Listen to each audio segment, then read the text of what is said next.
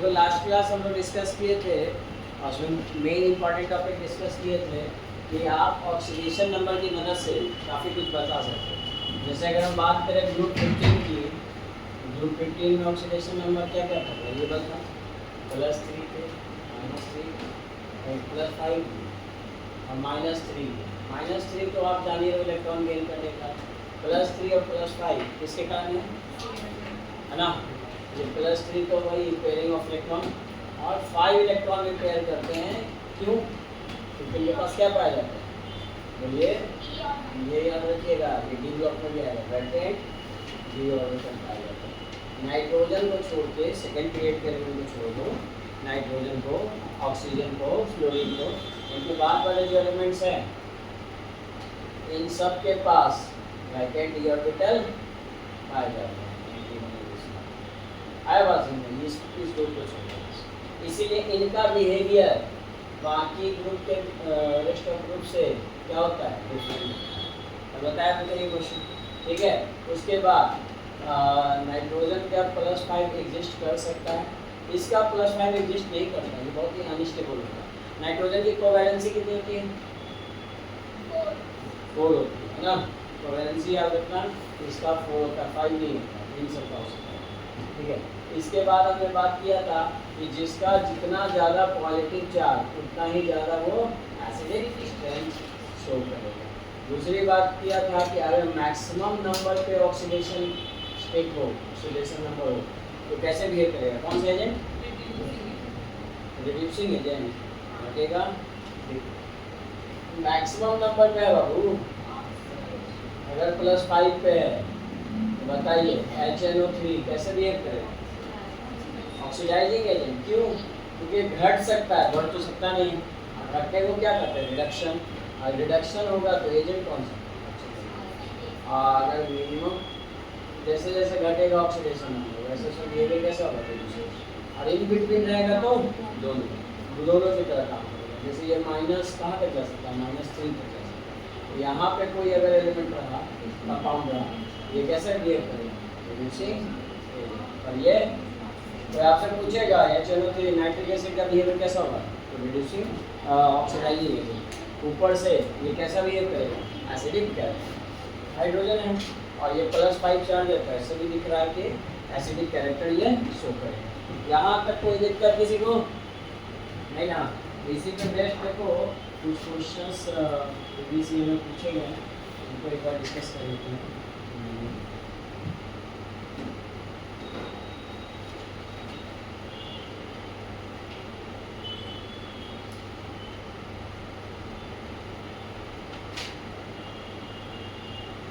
हाँ, जैसे आपसे पूछा गया है कि इनमें से कौन, आगे आगे भी करते NH3 PH3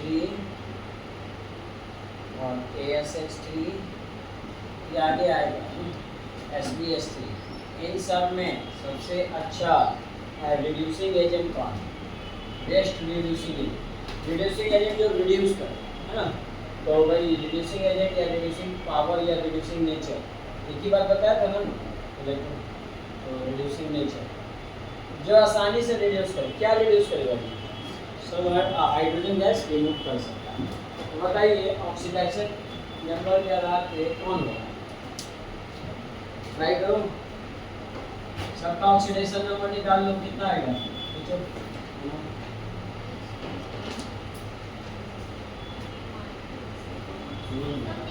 बिल्कुल सही बात है, सब पे -3 आएगा ऑक्सीडेशन नंबर। ऑक्सीडेशन नंबर के आधार पे आंसर ही कर सकते हैं, क्योंकि चारों रिड्यूसिंग एजेंट, चारों रिड्यूसिंग पावर, रिड्यूसिंग नेचर। अब रिड्यूसिंग नेचर का मतलब क्या होता है, रिड्यूस होना, छोटा हो जाना, टूट जाना। जो जल्दी टूटेगा वो ज़्यादा बढ़िया रिड्यूसिंग एजेंट होगा। तो बात आता है कि जल्दी कौन टूटेगा, बता सकते हैं चारों को देखें। हाँ, ये सही पढ़ रहे हो। ये क्यों जल्दी टूटेगा बताओ। हाँ, ये बिगर साइज का है ना जी, इसका बॉन्ड लेंथ क्या हो जाएगा, बिगर, और इसकी स्मॉलर साइज का है, इसका बॉन्ड लेंथ स्मॉलर। अब हम आपको ऑप्शन दें कि आपके पास ये दोनों साइज का है, आप इसको ब्रेक कर रहे हो, इसको ब्रेक कर रहे हो, बताओ कौन आसानी से टूटेगा, बिगर साइज आसानी से आप तोड़ सकते हो, कम एनर्जी लगा। इसको तोड़ना हो तो एनर्जी ज़्यादा लगेगी। सेम कंडीशन, ये जल्दी टूटेगा, इसीलिए क्या हो जाएगा, बेस्ट रिड्यूसिंग एजेंट या बेस्ट रिड्यूसिंग पावर। तो इसका रीजन क्या लिखोगे, नीचे लिख लो रीजन। देखिए जो सेम है उससे तो आप कंपेयर कर नहीं सकते, डिफरेंट क्या आया, डाउन द ग्रुप जाइए तो रेडियस बढ़ा। अब बताइए रेडियस बढ़ा तो बॉन्ड लेंथ क्या होगी, तो बॉन्ड लेंथ बढ़ेगा। तो बॉन्ड को तोड़ने के लिए जो एनर्जी चाहिए ना उसको क्या करते हैं, बॉन्ड डिसोसिएशन एनर्जी, ये पढ़ा है और केमिकल नॉलेज। बताइए जैसे जैसे रेडियस बढ़ेगा लेंथ बढ़ेगा, बॉन्ड लेंथ बढ़ेगा तो रेडियस उसको तोड़ने के लिए एनर्जी कम लगेगी। और जितना आसानी से टूटेगा उतनी उसकी स्टेबिलिटी कम होगी। अगर स्टेबिलिटी कम होगी तो आसानी से रिड्यूस नहीं कर देगा, यानी उसका रिड्यूसिंग नेचर उतना ही ज़्यादा होगा। जो कम स्टेबल होगा आसानी से टूट जाएगा, रिड्यूस मतलब छोटा हो जाएगा, टूट जाएगा, हाइड्रोजन उससे निकल जाएगा। किससे हाइड्रोजन जल्दी निकलेगा, आ रहा है बात समझ में, आया क्वेश्चन समझ में, कोई दिक्कत? तो अगर इसमें दिक्कत नहीं है तो फिर ये क्वेश्चन बताओ कि कल पढ़ाया था ना, सबसे अच्छा एसिडिक कौन होगा, जो जल्दी टूट जाए। जल्दी टूटेगा कौन, वाटर में आप डालिएगा सबका ऑक्सीडेशन नंबर +5 आ रहा है। तो एसिडिक तो सब है, लेकिन बेस्ट यानी मोस्ट एसिडिक कौन है, जो जल्दी ब्रेक करे। जल्दी कौन ब्रेक करेगा, नाइट्रोजन। क्यों, क्योंकि नाइट्रोजन कांट एग्जिस्ट +5, ये +5 में रहना नहीं चाहता। अगर उसमें इसको रख दोगे तो क्या होगा, टूट जाएगा और अपने आप को छोटा कर लेगा, है ना। तो इस कारण से बेस्ट रिड्यूसिंग एजेंट कौन, तो बेस्ट एसिडिक कैरेक्टर किसका होगा, N2O5। कल भी ये क्वेश्चन करवाया था ना, देखो ये सब एग्जाम्स में डायरेक्ट पूछा गया क्वेश्चन, तो आपको कल करवा रहा था। अब बना सकते हो, बड़ी बात नहीं है।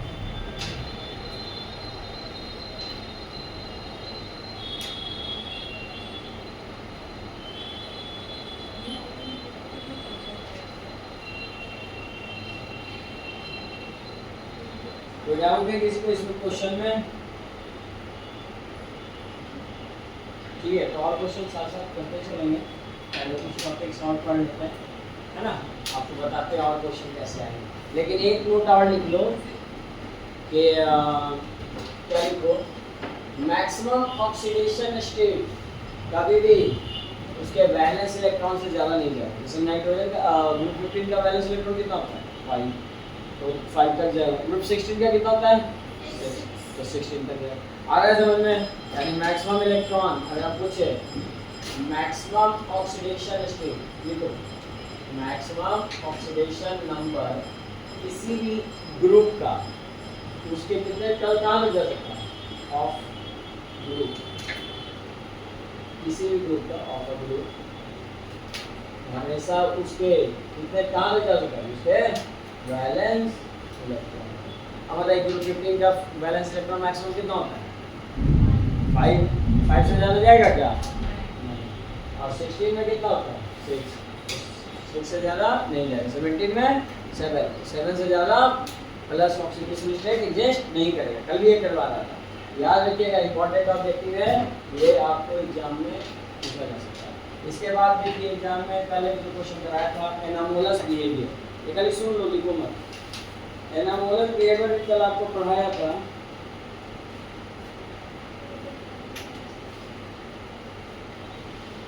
अच्छा। एनामोलस बिहेवियर सुनिए, एनामोलस मतलब समझ लो different behaviour of oxygen. Oxygen का बिहेवियर कैसा होगा बाकी ग्रुप से डिफरेंट, इसके ग्रुप में कौन-कौन मेंबर है बता ना, सल्फर इनसे अलग बिहेवियर होता है। एसिड तो ये वाला है ना, वैकेंट ऑर्बिटल नहीं होता है, आयनाइजेशन एनर्जी हाई होता है, और क्या हाई होता है, इलेक्ट्रोनेगेटिविटी हाई और स्मॉलर इन साइज। तो 4 ऑप्शन है, बताइए please. Large size and low electronegativity, सही है या गलत, गलत। लो इलेक्ट्रोनेगेटिविटी नहीं होता, हाई होता है। Small size and low electronegativity, ये भी गलत। Small size and high electronegativity, ये सही है, ये सही है। और large size and high electronegativity, ये गलत। Option C 10। बोलो कोई दिक्कत, बात समझ में आया? अच्छा, एक क्वेश्चन और पूछा है एग्जाम में, वो ये पूछा है कि एसिडिक स्टेट आप ऐसे तो पहचान लोगे, ये देखो जेई मैंने पूछा हुआ क्वेश्चन, तो 4 ऑप्शन दिया है। क्या क्या दिया ऑप्शन, ग्रुप 15 में। अच्छा ये ग्रुप 15 में जो पढ़ा रहा हूँ ना सब चीज 60 में रिपीट करेगा। देखो मान लो आप एक एलिमेंट पकड़ लो ग्रुप 15 का, कौन? नाइट्रोजन। ठीक है, आप नाइट्रोजन को पकड़ लेके चले, आप बताइए नाइट्रोजन को लेके चले और इसका रिएक्शन आप करा दो मतलब जितने भी एलिमेंट्स हैं जैसे ऑक्सीजन के साथ N2O3, फिर हमने करा दिया फास्फोरस P2O3, करवा सकते हैं? ठीक, फिर हमने किया नाइट्रोजन फास्फोरस, फिर आर से ही, फिर नेक्स्ट बताओ P2O3। ये 4 ऑप्शन दिया है, लेकिन यही पूछा हुआ है 2022 में, और पूछा आपसे कि which one is most acidic, सबसे ज्यादा एसिडिक कैरेक्टर किसका होगा? आपको ये आंसर बताना, एसिडिक कैरेक्टर कौन होगा, एसिडिक स्ट्रेंथ सबसे ज्यादा किस कंपाउंड की? क्यों? क्यों जानोगे तभी ना बताओगे, है ना? तो बताइए, पहले तो आंसर बताओ फिर क्यों बताओ, कौन होगा? आप अगर ऑक्सीडेशन नंबर निकालोगे कोई चेंज नहीं आएगा, है ना? एक तो मैंने जो रूल बताया था वो काम नहीं किया, ये वाला। अब क्या कहते हैं? नहीं, तो दूसरा नोट के देंगे, दूसरा नोट मतलब 9वां-10वां पढ़ा तो दिमाग लगाया होगा तो जवाब मिल जाएगा।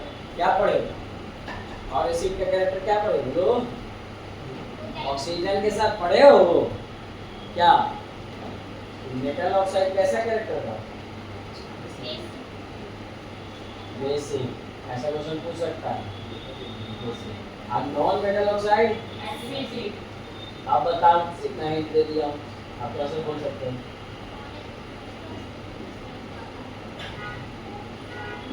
आया बात समझ में? मतलब अगर कभी आपको एसिडिक स्ट्रेंथ का जवाब इससे ना मिले, मतलब सेम ऑक्सीडेशन नंबर सबका हो जाए, तो क्या चेक करोगे? मेटल और नॉन मेटल। अब आप बताओ, आपको नहीं पता है कि यहाँ से यहाँ बात करें तो नाइट्रोजन फास्फोरस कैसा है? ठीक, आई दोनों कैसा है? Metal white. ये बताइए, ये हम बनवाए हैं तभी बता रहे हैं, लास्ट वाला मेटालिक कैरेक्टर का होता है। अब बताओ, नीचे जा रहे वैसे वैसे कौन है? Metallic character. नीचे कौन सा कैरेक्टर है? बेसिक। आप ऊपर जैसे जैसे जाएंगे वैसा एसिडिक। तो कौन सा ऑप्शन टिक करेंगे? आया समझ में क्वेश्चन? ये कर देखो, बोर्ड में तो ये सब सिंपल पूछ देगा ऑक्सीडेशन से, जेई में भी पूछता है, ऐसा नहीं जेई में, लेकिन थोड़ा थोड़ा कंफ्यूज करने के लिए आई कंफ्यूज करेगा आपका बेसिक कॉन्सेप्ट। एक कॉन्सेप्ट से नहीं बना, दूसरा कॉन्सेप्ट लिया तो मेटालिक ऑक्साइड तो पता है ना जी, नॉन मेटालिक ऑक्साइड कैसा होता है? बेसिक होता है, इसको तो पता है। जैसे SO2 CO2 सब नॉन मेटल है ना, NO2 सब कैसा होगा? नेचर में ऐसे। क्यों?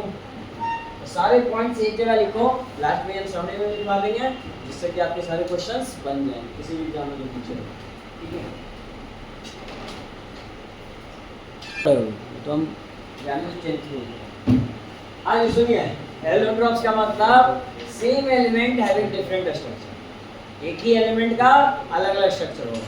जैसे कार्बन का डिफरेंट स्ट्रक्चर था, कार्बन का डायमंड के फॉर्म में टेट्राहेड्रल स्ट्रक्चर था और ग्रेफाइट के फॉर्म में हेक्सागोनल स्ट्रक्चर। यानी एक ही एलिमेंट का, एक ही एलिमेंट है कौन? फास्फोरस, उसका देखना डिफरेंट स्ट्रक्चर आएगा। जैसे पहला है व्हाइट फास्फोरस। व्हाइट फास्फोरस का फॉर्मूला होता है कि फास्फोरस सॉफ्ट सॉलिड होता है। सॉफ्ट सॉलिड समझते हो? जो माचिस पे लगा रहता है ना, उसमें फास्फोरस का भी इंग्रेडिएंट्स होता है। ठीक है, फास्फोरस और सल्फर का मिक्सचर होता है। तो फास्फोरस उधर तो कितना सॉफ्ट रहता है, हाथ से भी दबा लो टूट जाएगा, नहीं तो सॉफ्ट पाउडर की तरफ रहता है। तो व्हाइट फास्फोरस का स्ट्रक्चर देखो ऐसा बनता है, 4 फास्फोरस लेना है आपको और ऐसे मिला देना चाहिए। ठीक, कोई दिक्कत नहीं ना? अच्छा एक बात बताओ, फास्फोरस के कितने बॉन्ड बनेंगे? 3 बनते हैं। एक फास्फोरस तो 3 ही बनाएगा ना, क्योंकि उसके 5 तो वैलेंस इलेक्ट्रॉन होते हैं, 3 बनाएंगे। तो एक बॉन्ड ऐसे बना दो और एक बॉन्ड ऐसे, हो गया। हर फास्फोरस का 3 बॉन्ड हो गया। देखो तो आसान है बनाना। अब फास्फोरस में इलेक्ट्रॉन कितने होंगे ये बताओ? हाँ, फास्फोरस में सॉरी 15 इलेक्ट्रॉन होते हैं, वैलेंस इलेक्ट्रॉन 285 है ना। तो दो एक लोन पेयर सब पे बच जाएगा।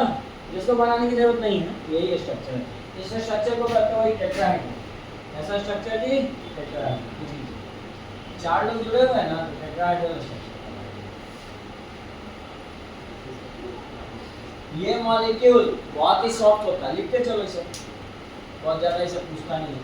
सॉफ्ट मॉलिक्यूल इसी से आसानी से। अब बताओ सॉफ्ट होगा तो स्टेबिलिटी क्या होगी? कम, लेस स्टेबल, तो स्टेबिलिटी कम होगी इसकी। और रिएक्टिविटी फिर क्या होगी? मोर रिएक्टिव, जल्दी रिएक्शन कर देगा, कम टेम्परेचर पे रिएक्शन करेगा, मोर रिएक्टिव। अच्छा ये पॉइजनस होता है, जहरीला होता है, तो पॉइजनस इन नेचर।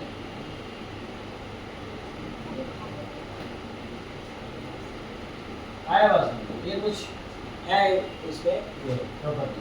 दूसरा लिखो, दूसरा है तुम्हारा रेड फास्फोरस। रेड कलर का ये होता है। इसका स्ट्रक्चर देखो कैसे बनता है, सेम स्ट्रक्चर। जैसे आपने 4 फास्फोरस ऐसे लिया और इसका स्ट्रक्चर ऐसे बनाया, इसमें 2 बॉन्ड ऐसे रखते थे ना, इस बार एक ही रखो, एक रखो और एक क्या करो, तोड़ दो। तो एक तोड़ेंगे तो इस तरफ भी और इस तरफ भी बॉन्ड होते हैं, ठीक है। इससे फायदा ये होगा कि देखो ये पॉलीमेरिक स्ट्रक्चर बन गया, और एक ऐसे जुड़ा हुआ और एक आगे बढ़ गया। ये बॉन्ड जो टूटा, टूट के किधर बन गया? आया बात समझ में? ये चेन चलता रहेगा, रुकेगा नहीं। तो ऐसा स्ट्रक्चर को क्या कहते हैं? चूंकि पॉलीमेरिक है इसलिए इसको क्या बोलेंगे? Polymeric structure. एक से ज्यादा मॉलिक्यूल इसमें जुड़े रहते हैं, पॉलीमेरिक स्ट्रक्चर। किसका है? रेड फास्फोरस का। अच्छा बताओ ज्यादा लोग जुड़ गए तो स्टेबिलिटी बढ़ेगी घटेगी? बढ़ेगी ना, बॉन्ड ज्यादा बन रहे हैं ना। अब 2 उंगली जोड़े, 5 जोड़े तो बॉन्डिंग स्ट्रांग हुआ ना। यानी जैसे जैसे मॉलिक्यूल्स ज़्यादा इकट्ठे होंगे, पॉलीमर ज़्यादा मॉलिक्यूल्स बनेंगे, तो स्टेबिलिटी बढ़ेगी। तो ये क्या हो जाएगा? मोर स्टेबल देन, इससे ज़्यादा स्टेबल होगा, more stable then white phosphorus. White phosphorus से ज़्यादा स्टेबल होगा व्हाइट फास्फोरस। और least reactive than white phosphorus, least reactive than white phosphorus से कम रिएक्टिव होगा। अच्छा ये पॉइजनस नहीं होता है, नॉन पॉइजनस।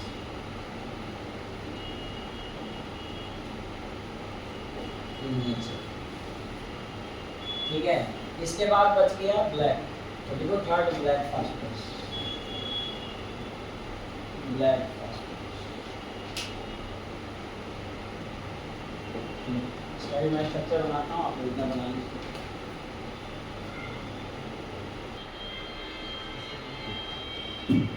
देखो इसे क्या पूछा है, सबसे पहले तो ये पूछा है कि फास्फोरस के एलोट्रॉप्स कौन कौन है? Allotropes of phosphorus. और सुनो ऑप्शन भी दिए गए हैं। हाँ वाइट, ये पूछा है 19 और 20 में दिया है। व्हाइट फास्फोरस एंड येलो दे दिया है, चलो कोई बात नहीं। White phosphorus and yellow phosphorus are allotropes, isomer, isobar, isotone. क्या टिक करोगे? एलोट्रॉप्स टिक करोगे, ठीक है। कोई दिक्कत? व्हाइट और ब्लैक में पूछेगा तो भी एलोट्रॉप्स। इस तरह का छोटा सा ऑब्जेक्टिव क्वेश्चन पूछ सकता है, इतना डिटेल या डिफरेंस इसमें नहीं पूछता है, ठीक है। तो इसका स्ट्रक्चर आपको ध्यान में है तो ठीक है, नहीं तो कोई बात नहीं। एक क्वेश्चन और पूछा है जो आप बनाए थे, PCl5 बिहेव करेगा, ये पूछा 2019 में। ऑक्सीडाइजिंग एजेंट, रिड्यूसिंग एजेंट, या दोनों के लिए? PCl5 बोलो जल्दी से, कितना टाइम हो रहा है सोचो। +5 बोलो जल्दी से।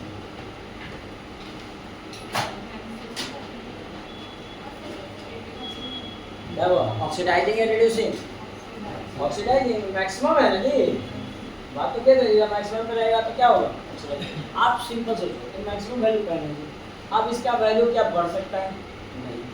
घट सकता है? हाँ। अगर घटेगा उस प्रोसेस को क्या बोलते हैं?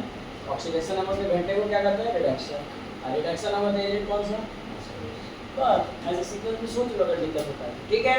जैसे देखो इसी तरह का क्वेश्चन हमारा जेईई मेन में 2022 में पूछा। क्या पूछा हम लोग? पूछा कि PCl5 is exist but ये एग्जिस्ट तो हो रहा है, लेकिन NCl5 में क्या दिक्कत है? Does not exist, is not exist. बताइए रीजन। अच्छा, रीजन के लिए ऑप्शन नीचे आप दे देता है।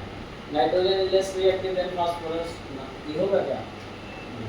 अच्छा, nitrogen does not have d orbital in valence shell, ये होगा हाँ या no? Nitrogen does not have, nitrogen के पास नहीं होता है d ऑर्बिटल। d ऑर्बिटल होता है उनके पास?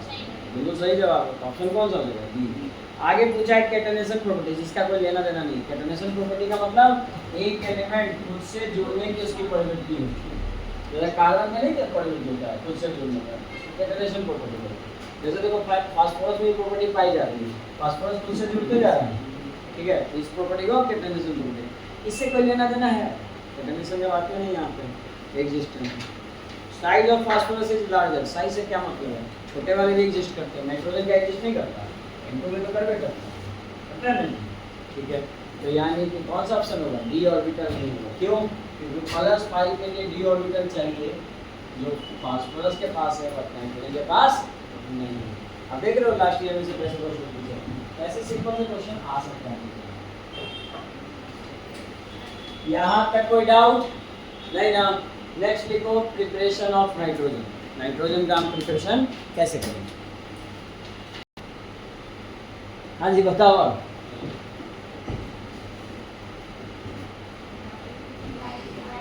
क्या होगा? आपको बोला था मैक्सिमम ऑक्सीजन रहे तो 8 लगाइए, ऑक्सीजन अगर कम रहे तो 8 लगाइए। क्या लगाइएगा? 8, ठीक है। तो बोलोगे फिर इसको क्या कहेंगे? इसका नाम लिखना पता है? नाइट्राइट। हाँ, जब भी नेगेटिव चार्ज रहे उसमें क्या लगाते हैं? आइड। जैसे ऑक्सीजन में 2 माइनस रहता है, क्या लगाते हो? आइड ऑक्साइड, है ना? ऐसा हमेशा जैसे नहीं क्लोरीन माइनस क्लोराइड, इसे बोलते हुआ बस खाली थोड़ा सा उसको सोचिए। जैसे एस सल्फर में माइनस रहेगा तो क्या पढ़ेंगे? सल्फाइड। लेकिन SO4 2 माइनस रहेगा तो क्या पढ़ते हो? इसका तो नाम तो लोग जानते हो सल्फेट, लेकिन यही SO3 2 माइनस रहा तो क्या पढ़ोगे? सल्फाइड। आ रहा है बात समझ में? इस तरह का क्वेश्चन पूछा गया हो कि H3PO4 है, ठीक है। अच्छा, फास्फोरस पे आ रही ना, इसी तरह। तो इस तरह से अमोनियम का क्या फॉर्मूला था? NH4+1, ये अमोनियम। और नाइट्राइट का NO2 - 1, तीनों को जोड़ दिए न्यूट्रल हो जाएगा, यही हो गया अमोनियम नाइट्राइट। निकल गया ना फॉर्मूला? तो रटिएगा नहीं, रटिएगा तो भूल जाइएगा। यही 3 चीज मिल सकता है। प्लस वाला में नाम चेंज होता नहीं, माइनस वाला में चेंज होता है। सिंगल एलिमेंट रहे आइड लगाओ, और अगर ऑक्सीजन जुड़ा रहे तो मैक्सिमम ऑक्सीजन वाला आपको नाम याद रहता है, कम ऑक्सीजन वाला नाइट करेंगे। कम ऑक्सीजन है तो आइड लगा के जोड़ जाए, ठीक है। ये इसको अगर गर्म करो तो ये टूटता है किसमें? नाइट्रोजन और वाटर में। और वाटर में टूट के 2 से याद गुना कर दो, बैलेंस हो जाएगा। 4 हाइड्रोजन 2 ऑक्सीजन हो गया बैलेंस। यहाँ पे कौन मिल गया? Nitrogen gas. ये है तुम्हारा lab method for preparation of इसका प्रिपरेशन नाइट्रोजन। बोलिए कोई दिक्कत? बात समझ में आया? फॉर्मूला लिखना समझ में आया? रिएक्शन खुद से लिख लोगे, इसे खुद से लिखा कीजिए और खुद सोच के लिखिए, रट्टा नहीं मारना, ठीक है। अब लिखिए property of nitrogen. Property of nitrogen gas. Nitrogen gas कैसा होता है? ना इसका टेस्ट होता है, ना ऑर्डर होता है, ना कलर होता है। लिखो, it is tasteless, odourless, colourless gas. जब आपको वो सब कुछ हिंट में लिखना है तो लिख सकते होता है। लिखिए, it is a tasteless, colourless, odourless gas. It is a tasteless, odourless, colourless gas. दूसरा पॉइंट, ये बिहेव करता है इनर्ट की तरह। It behave as a inert gas. आप बताओ इनर्ट गैस की तरह बिहेव क्यों करता है? देखो, due to high very high bond dissociation. Very high, इसके बॉन्ड को तोड़ने के लिए ना एनर्जी बहुत ज़्यादा चाहिए, लगभग 880 किलो जूल चाहिए। तो ऐसा क्यों कि नाइट्रोजन के बॉन्ड को तोड़ने के लिए एनर्जी बहुत ज़्यादा चाहिए। बोलो, नाइट्रोजन का स्ट्रक्चर याद है, nitrogen exist into triple bond. बताओ सिंगल बॉन्ड को तोड़ना आसान, डबल आया तो और मुश्किल, तीसरा आया तो और ज़्यादा एनर्जी लगेगी। तो तीन तीन लाइन को तोड़ने में एनर्जी ज़्यादा नहीं चाहिए, इसलिए नाइट्रोजन कैसे बिहेव करेगा, इनर्ट गैस की तरह। इनर्ट मतलब नॉन रिएक्टिव है, इसीलिए तुम्हें पता होगा चिप्स पैकेट में भाग जाता है, क्योंकि रिएक्शन में भाग नहीं लेता, आपको खाने पीने के काम आ जाता है, आपको चिप्स को बर्बाद नहीं होगा। क्या तो 10th क्लास में पढ़ा होगा क्या है, इसकी फ्रीजिंग पॉइंट बहुत कम होती है। देखो has low freezing point, has low freezing point, low freezing melting point भी लो होती है। देखो इसी पे क्वेश्चन पूछा कि nitrogen is different reactivity from phosphorus. अब बताओ हम तुमसे पूछे कि रिएक्टिविटी तुमसे कोई पूछेगा तो क्या बोलोगे, फास्फोरस और नाइट्रोजन में किसका ज़्यादा होगी, ये डिफरेंट क्यों होता है। आप नाइट्रोजन तो देख ही रहे हो यूनिट की तरह काम कर रहा है, कहाँ से रिएक्टिव होगा, रिएक्टिव होगा क्या, नहीं, बहुत प्लेस रिएक्टिव होगा, बहुत ज़्यादा एनर्जी देंगे तब जाके रिएक्शन भाग जाता है। इसीलिए आप देखो कि हमारे एटमॉस्फेयर में 78% नाइट्रोजन गैस है और ऑक्सीजन कितना है, फिर भी कंपाउंड्स किसके ज़्यादा है, हर चीज़ का ऑक्साइड बन रहा है ना, sodium oxide, potassium oxide, magnesium oxide, even carbon के भी, नॉन मेटल के भी ऑक्साइड बन रहे हैं, sulphur oxide, carbon dioxide, nitrogen dioxide, है ना। लेकिन बताओ नाइट्राइट बन रहा है, sodium nitrite, potassium nitrite, aluminium nitrite, सुना ही सुना नहीं सुना, कारण क्यों, लोग रिएक्शन में भाग नहीं लेता, हालांकि प्रतिशत पहुँच जाता है लेकिन भाग लिया नहीं, क्यों नहीं भाग लिया, क्योंकि इसका जो स्ट्रक्चर है उसके कारण इसकी बॉन्डिंग बहुत स्ट्रांग हो गई और इसका आसानी से ब्रेक नहीं होगा, अब टूटेगा ही नहीं तो रिएक्शन में यहाँ से भागेगा, ठीक है, रिएक्ट नहीं करेगा। तो ये नाइट्रोजन और फास्फोरस में रिएक्टिविटी में क्यों अंतर है, देख लेना। Reactivity of nitrogen is different because nitrogen has high bond dissociation energy. देखो छोटा सा एक लाइन लिख लो सेकंड में, सीधा लिखो बिकॉज से, भाई सेम लाइन रिपीट करके करो, लिखो because bond dissociation energy of nitrogen is, bond dissociation energy of nitrogen is, bond dissociation energy of nitrogen is greater than phosphorus, greater than phosphorus।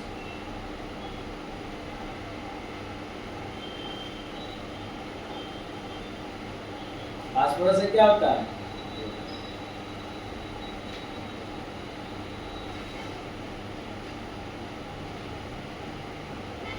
फिर पूछा है तुमसे 14 क्वेश्चन, सुनो, why nitrogen show catenation property but less than phosphorus. Nitrogen के अंदर catenation property बहुत कम है, दूसरे को मॉलिक्यूल, आप फास्फोरस में अभी जोड़ा था नहीं, 4 लोग जुड़े, इससे ज़्यादा भी था, तो क्या ऐसा क्यों हुआ, तो देखो फास्फोरस के अंदर अपने बॉन्ड को एक्सपेंड करने की टेंडेंसी है। अब क्यों है टेंडेंसी, क्योंकि फास्फोरस के पास जब मैक्सिमम क्वेश्चन का आंसर इसे है वैकेंट डी ऑर्बिटल पाए जाते हैं, नाइट्रोजन पाए जाता है क्या, तो एक्सपेंड कर पाएगा नहीं, ज़्यादा नहीं कर पाएगा, 3 ही तरह जा सकता है, 5 तक नहीं जा सकता। नाइट्रोजन ज़्यादा कितना इलेक्ट्रॉन का शेयरिंग कर सकता है, 3, 5 से नहीं कर सकते, इस कारण से इसकी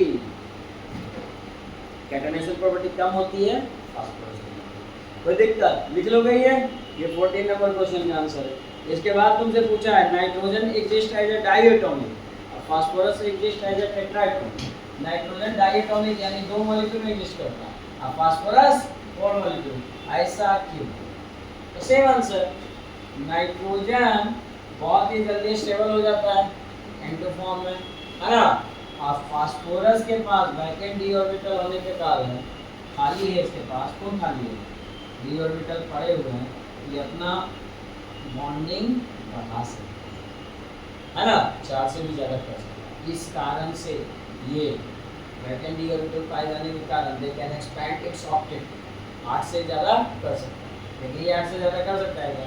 नहीं। ये हर केस में देखो ना, जो ना दोनों पे होता है 8 है ना, वाला क्योंकि ये 6 इलेक्ट्रॉन तो 8, लेकिन फास्फोरस का देखो तो ऐसा कुछ है कंडीशन, क्लोरीन जो PCl5 एग्जिस्ट करता है कि नहीं करता? देखो 10 क्लोरीन हो गए, तो ये अपना एक्सपेंड कर सकता है अगर जरूरत पड़ा। क्यों? क्योंकि इसके पास खाली जगह है। जैसे हमारे घर में खाली जगह है और 4-5 गेस्ट आ गए, घर हमारा 4 फ्लोर का, तो कहीं ठीक है हम 1 फ्लोर तक रहते हैं, चलो खाली, उसको आने में दिक्कत होगा नहीं, आराम से आके रह सकता है, क्योंकि सेकंड फ्लोर खाली है, इसके बाद भी फ्लोर खाली है, नहीं घर खाली है तो गेस्ट आराम से रुकते हैं, नहीं 2 दिन लाते हैं 4 दिन रुकते हैं, भाई खाली है तो यूज करो, ठीक है। अच्छा क्या होगा जब घर बड़ा हुआ है? कोई कह रहे सुबह आएगा शाम में रहेगा, चलते हैं है ना, तो ये जगह खाली है तो वो अपनी बॉन्डिंग बढ़ा सकता है। तो फास्फोरस के पास ही चॉइस है, क्यों? देखो उसके पास ज़्यादा रूम खाली है, डी ब्लॉक वाले में खाली नहीं है, लेकिन नाइट्रोजन के पास ये ऑप्शन है क्या? उसके पास जगह नहीं है, तो वो नहीं बुलाएगा किसी को और वो अपना रिस्ट्रिक्टेड रखेगा। आप सीधा आंसर यही लिखना हर चीज़ का, तो बड़ा कॉमन आंसर है कि वैकेंट डी ऑर्बिटल नाइट्रोजन नहीं पाया जाता है, नहीं पाया जाता है, इसलिए ये बिहेवियर चेंज होता है, एनोमोलस बिहेवियर एक तरह से बिहेवियर यहाँ पे बदलता है। बोलिए कोई दिक्कत? समझ में आया? लिख लीजिए। सुनिए, सबसे पहले ग्रुप 15 के लिए जब भी हम पढ़ेंगे तो हम क्या क्या पढ़ेंगे? हमें ये 2 पे फोकस करना है, ठीक है। ऐसे सब एलिमेंट आपको पता ही नहीं, अब वो छोड़िए, इन दोनों पे फोकस। तो पहला चीज़ तो पढ़ेंगे कि कैरेक्टरिस्टिक्स, जिसमें रेडियस, आयनिक एनर्जी, इलेक्ट्रोनेगेटिविटी की बात कर लेंगे, ठीक है। 16 में भी यही बात करेंगे, ठीक है। 17 में भी वही बात, 18 की बात ही नहीं करेंगे क्योंकि गूगल में है काम, बाकी एक क्लास का भी नहीं, तो साथ में हो जाएगा ना, आधे घंटे का नॉवेल क्लास है। तो अब सुनिए, पहला टॉपिक तो आप सब कॉमन पढ़े, जनरल कैरेक्टरिस्टिक्स जो भी पढ़े, फिर किसी किसी का इलेक्ट्रॉन्स होता है, जैसे कि फास्फोरस का, सब इधर नहीं है, सल्फर का भी है, सल्फर का इलेक्ट्रॉन इधर नहीं है, तो ये इलेक्ट्रॉन्स पढ़िए। उसके बाद आप क्या पढ़ेंगे? अब हम पढ़ेंगे 2 एलिमेंट है ना, जो पहला दूसरा, इन्हीं के कंपाउंड्स पढ़ेंगे, यहाँ भी इन दोनों के कंपाउंड, यहाँ भी इन दोनों के। अच्छा इन दोनों के कौन कौन कंपाउंड पढ़ेंगे? सिलेबस समझाना पैटर्न। देखिए 3 चीज़ से बड़ा रिएक्शन कॉमन है, एक वो ऑक्सीजन से, मतलब उसका ऑक्साइड, एक वो हेलोजन से, फ्लोरीन, ब्रोमीन, आयोडीन, नहीं NCl3, PCl3 ऐसे आता है, एग्जिस्ट करता है, तो हेलाइड्स, उसको क्या बोलते हैं? हेलाइड्स। और तीसरा हाइड्राइड्स, जैसे नहीं बोले थे NH3 अमोनिया, तीसरा हाइड्राइड्स, इनको बोलते हैं फ्रेंड। ये तीनों कंपाउंड से रिएक्शन हम किसका किसका पढ़ेंगे? Nitrogen, phosphorus. यहाँ पे किसका किसका पढ़ेंगे? ऑक्सीजन और सल्फर। और यहाँ किसका किसका पढ़ेंगे? Chlorine, bromine. हर बात में यही पैटर्न फॉलो करेंगे यहाँ पे। अभी तक जो हम पढ़े, उसके बाद मेन बात पढ़ेंगे इन तीनों का, क्या? ऑक्साइड, हैलाइड्स और हाइड्राइड्स। इसके अलावा 2-3 कंपाउंड हर चैप्टर, हर कंपाउंड में इंपॉर्टेंट कंपाउंड, जैसे इसका प्रिपरेशन ऑफ प्रॉपर्टी, जैसे NH3, और इसमें एक और पढ़ेंगे HNO, ये 2 को पढ़ेंगे। और इसमें कौन कौन पढ़ेंगे? इसमें पढ़ेंगे H2SO4, SO2, ये पढ़ेंगे, ठीक है। और यहाँ पे कौन कौन पढ़ेंगे? HCl और क्लोरीन गैस। यानी कि आप समझे, पहला कैरेक्टरिस्टिक्स, अगर कोई इलेक्ट्रॉन्स है उसका पढ़ लेंगे, फिर वो उन तीनों का, ऊपर के 2 एलिमेंट्स का 3 चीज़ से रिएक्शन, ऑक्सीजन से, हाइड्रोजन से और हेलोजन से, क्लोरीन से, इन तीनों का प्रॉपर्टी पढ़ेंगे। और लास्ट इसी ग्रुप में 1-2 कंपाउंड जिसका प्रिपरेशन और प्रॉपर्टी पढ़ेंगे, जैसे अमोनिया और नाइट्रिक एसिड, उसी तरह सल्फ्यूरिक एसिड और इसका, ठीक है, ऑक्सीजन और सल्फर। यहाँ पे भी इनका इसके साथ रिएक्शन, इसके साथ रिएक्शन, यहाँ हाइड्रोजन और फ्लोरीन का इनके साथ रिएक्शन। आ रहा समझ में? ये है तुम्हारा सिलेबस ग्रुप 15, 16 और 17। एक-एक करके हम पढ़े, यानी अभी हम पहला पढ़ेंगे ग्रुप 15 का, इन तीनों के साथ रिएक्शन, किसके साथ? ऑक्साइड, हैलाइड्स और हाइड्राइड्स। यानी बेसिकली आप कह सकते हो कंपाउंड्स ही पढ़ने वाले हैं, compounds of nitrogen and phosphorus, ठीक है। पहला स्टार्ट करेंगे ऑक्सीजन के साथ, ठीक है। लिखिए आप समझ ही रहे हो टॉपिक क्या आने वाला है, कंपाउंड्स ऑफ ग्रुप 15। अच्छा ग्रुप 15 बोला तो खाली दो ऊपर वाला से कंपाउंड्स ऑफ ग्रुप 15 सबका नहीं पढ़ते। कौन कौन? Nitrogen and phosphorus. और उसमें पहला किसके साथ पढ़ेंगे? ऑक्साइड्स। पहले कौन पढ़ेंगे? ऑक्साइड, फिर हैलाइड्स पढ़ेंगे। तो ऑक्साइड इसमें कुछ प्रॉपर्टी पढ़नी है, सब नहीं। तो देखिए ऑक्साइड्स, और ऑक्साइड्स में भी पहला हम किसका करेंगे? Oxides of nitrogen. नाइट्रोजन के ऑक्साइड्स की बात करें। अच्छा नाइट्रोजन के ऑक्साइड कितने होते हैं? 5 होते हैं ना, पढ़े हो ना नाइट्रोजन के 5 ऑक्साइड। तो लिखो 5 टाइप्स के होते हैं। 5 नाइट्रोजन के ऑक्साइड्स हम पढ़ेंगे यहाँ पे, 5 टाइप्स के। मैं सारे नाम लिखता हूँ, आप देखो। तो नाम पता है डिफ्यूजन का, ये वो आता है N2O, फिर कौन आता है? NNO, फिर N2O3, फिर N2O4, फिर लास्ट N2O5। पांचवा नाम पता है? जल्दी से नाम बताओ, इसका नाम बोलो। ये है नाइट्रस, अस लगाते हैं, कम ऑक्सीजन है तो अस, नाइट्रस ऑक्साइड। इसका क्या नाम है? ज़्यादा ऑक्सीजन है, नाइट्रिक, ठीक लगाते हैं, नाइट्रिक ऑक्साइड। तो पता है यही है ना जो हंसने में मदद करता है, इसलिए इसका एक और नाम है क्या? लाफिंग गैस, इसी का नाम लाफिंग गैस। अच्छा इसका नाम बताओ, इसका नाइट्रोजन ट्राई, 3 होना है जी, क्या पढ़ेंगे?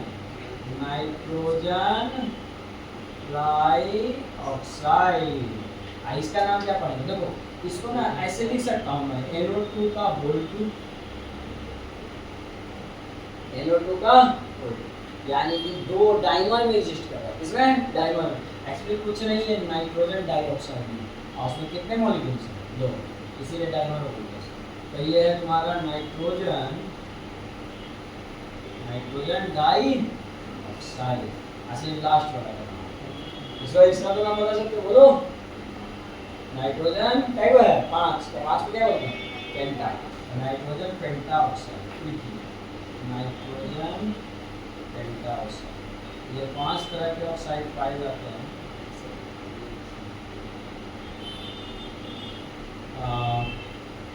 नाइट्रोजन,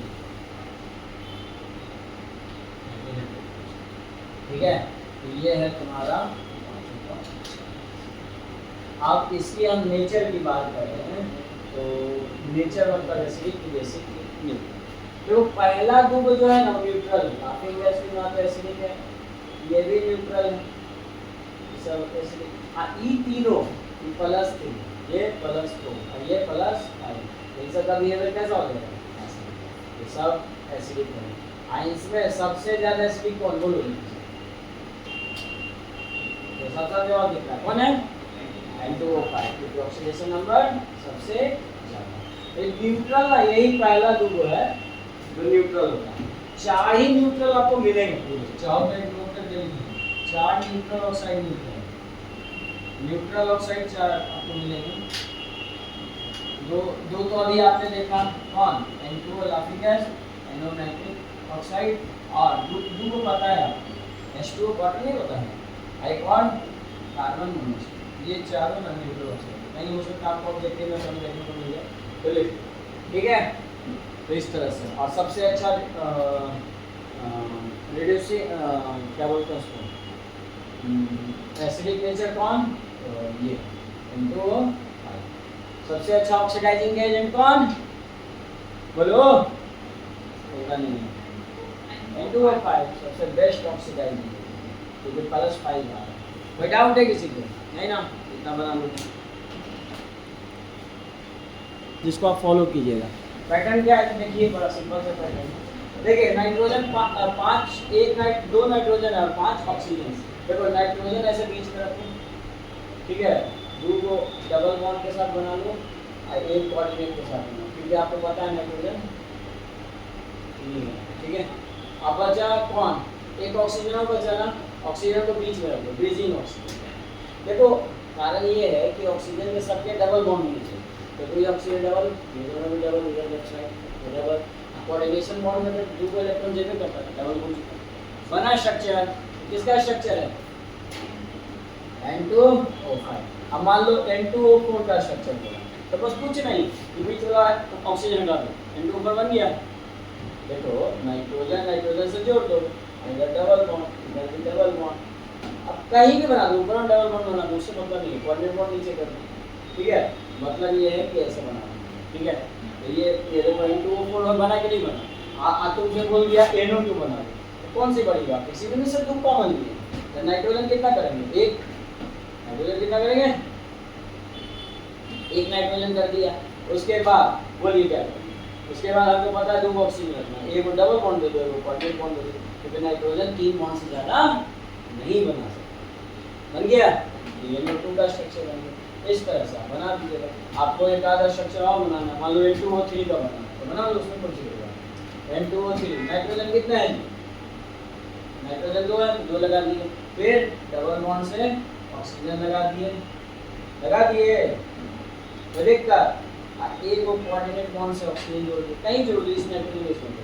अब 3 ऑक्सीजन हो गया ना, यहाँ जो लोन पेयर होगा बच जाएगा ना, तो लोन पेयर हो गया, यहाँ पे खाली बच गया, नहीं बॉन्डिंग से। हर नाइट्रोजन का अपना ऑक्टेट पूरा है, ये बाबू ये बॉन्डिंग में भाग ले रहा है, अपना इलेक्ट्रॉन दे रहा है कोऑर्डिनेट, है ना। बॉन्ड 1 2 3 1 2 3, ये देखो 2 नाइट्रोजन और 3 ऑक्सीजन है। तो पैटर्न समझे, कुछ नहीं, 2 को नाइट्रोजन रखो, अगर जरूरत पड़े तो बीच में रखना, नहीं तो 2 को डबल 2 को क्वाड्रेट, ऊपर नीचे कर सकते हो, उसमें भी चलता, ऊपर डबल बनाए नीचे करेंगे, कहीं बनाए। अब यहाँ 2 ऑक्सीजन इधर, 2 को क्वाड्रेट, और यहाँ पे 2 कोऑर्डिनेट, 2 को डबल बॉन्ड, एक छोड़ दिया, क्योंकि 3 ही ऑक्सीजन है, ठीक है। ये हमने कुछ स्ट्रक्चर बनाना सिखाया आपको नाइट्रोजन के ऑक्साइड से। इसमें कोई डाउट किसी को नहीं ना, ये स्ट्रक्चर लिख लो,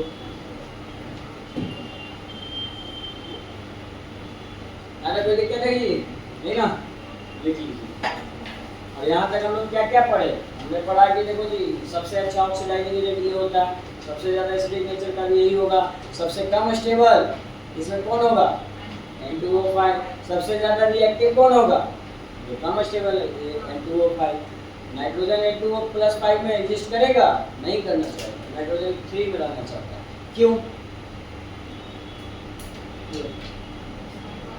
क्योंकि उसके पास वैकेंट डी ऑर्बिटल नहीं होता, जगह ज़्यादा नहीं है इसके पास, तो 3 ही में रहना चाहिए।